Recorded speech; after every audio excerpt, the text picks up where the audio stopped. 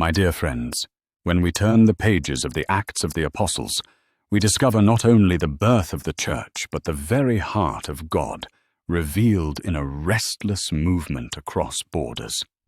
It is striking. Our faith did not begin in the stability of stone temples or secure homelands.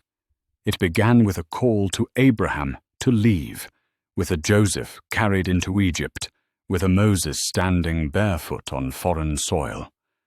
And when Stephen, filled with the Spirit, recounted this history, he declared that the God of Israel was never bound to one plot of land, one nation, or one temple.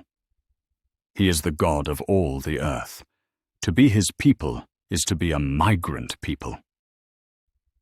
Think of that for a moment. Migration is not an accident of our history. It is the very fabric of salvation. The story of God is a story on the move.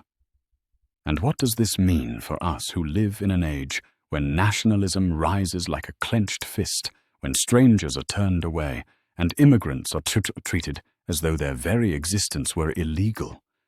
It means the Church must remember its identity. We are not the guardians of borders. We are the witnesses of Pentecost, where every tongue, every nation, heard the mighty works of God in its own language. Pentecost is the Spirit's great refusal to let one language or one culture dominate. The Spirit blesses diversity, and in doing so, creates unity. My friends, this is the paradox of the gospel. We find unity not by erasing difference, but by welcoming it. And so when the migrant comes with another tongue, another custom, another story, we are not diminished. We are enriched.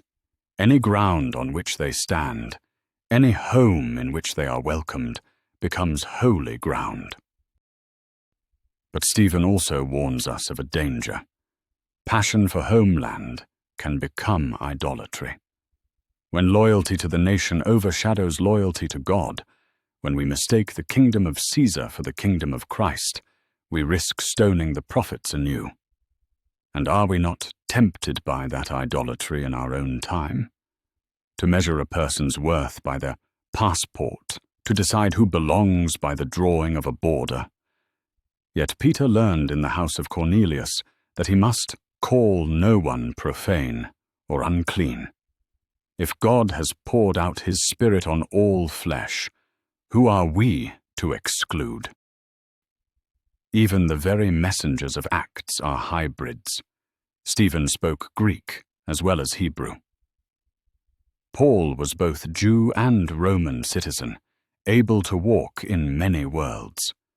Their in-between identity was not a weakness, but the Spirit's instrument to spread the gospel far and wide.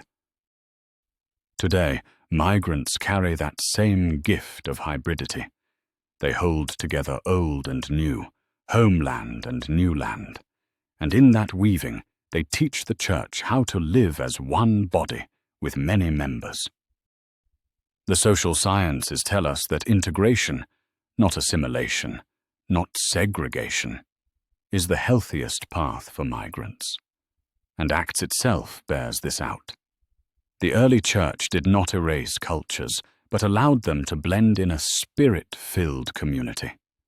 This is our charge, not to demand that newcomers be like us, nor to leave them isolated, but to make a space of genuine exchange.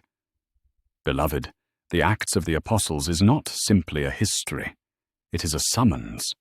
It calls the Church in every age to live as a migrant people, to resist the idols of nationalism, to proclaim that every ground can be holy ground, and to welcome the stranger as Christ himself.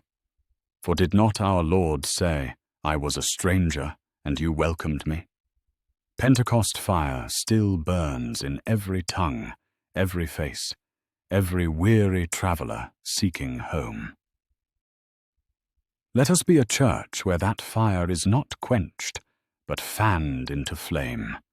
A church of radical inclusivity, whose very identity is to say to the migrant, the refugee, the stranger. You are ours and we are yours, because together we belong to God. He was